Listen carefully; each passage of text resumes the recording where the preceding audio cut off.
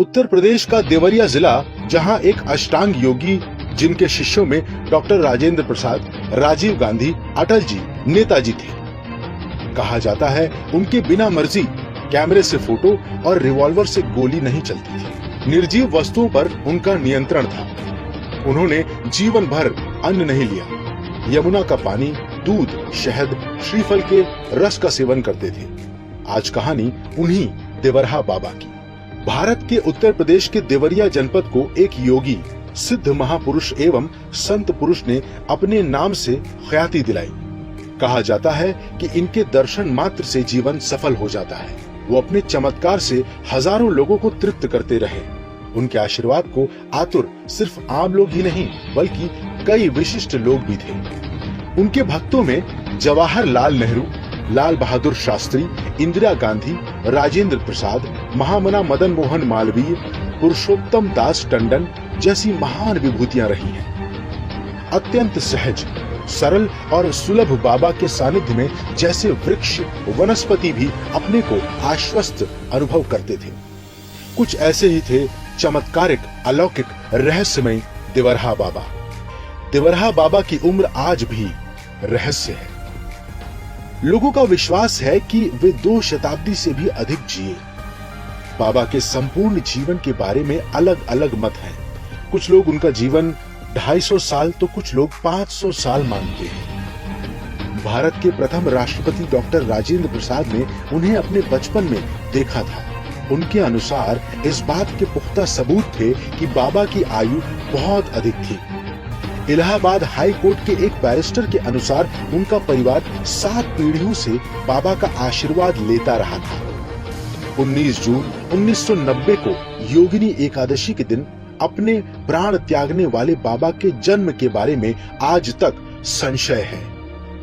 कुछ लोगों का यह भी मानना है कि वो करीब 900 साल तक जिंदा रहे थे। आशीर्वाद देने का ढंग था निराला।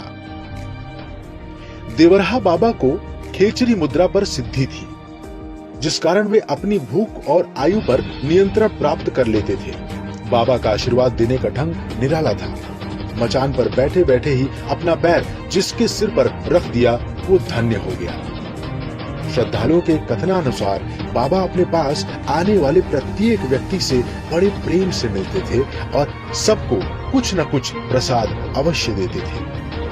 प्रसाद देने के लिए बाबा अपना हाथ ऐसे ही मचान के खाली भाग में रखते थे और उनके हाथ में फल, मेवे या कुछ अन्य खाद्य पदार्थ आ जाते थे, जबकि मचान पर ऐसी कोई भी वस्तु नहीं रहती थी। देश विदेश तक थी ख्याति। बाबा की सिद्धियों के बारे में हर तरफ खूब चर्चा होती थी।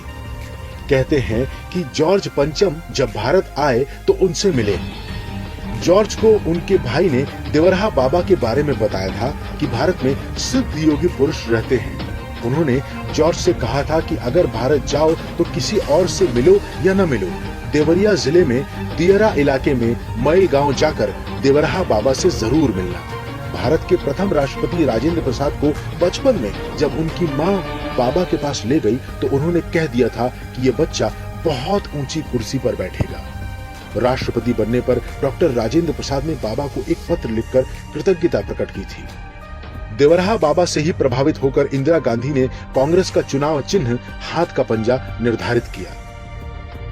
आपातकाल के बाद हुए चुनाव में जब इंदिरा गांधी को पराजय का सामना करना पड़ा तो वो भी देवरहा बाबा के चरणों में आई। ऐसा लोग कहते हैं कि देवरहा बाबा ने अपने हाथ के पंजे से उन्हें आशीर्वाद दिया। उसी के बाद से इंदिरा गांधी ने कांग्रेस का चुनाव चिन्ह हाथ का पंजा निर्धारित कर दिया। इसके बाद 1980 में इंदिरा के नेतृत्व में भारतीय राष्ट्रीय कांग्रेस ने प्रचंड बहुमत प्राप्त किया और वो देश की प्रधानमंत्री बनी। विलक्षण बाबा।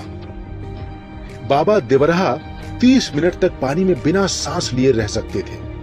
उनको जानवरों की भाषा समझ में आती थी।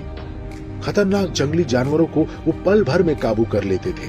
उनके भक्त उन्हें दया का महासमुंदर बताते थे। जो भी आया बाबा की भरपूर दया लेकर गया।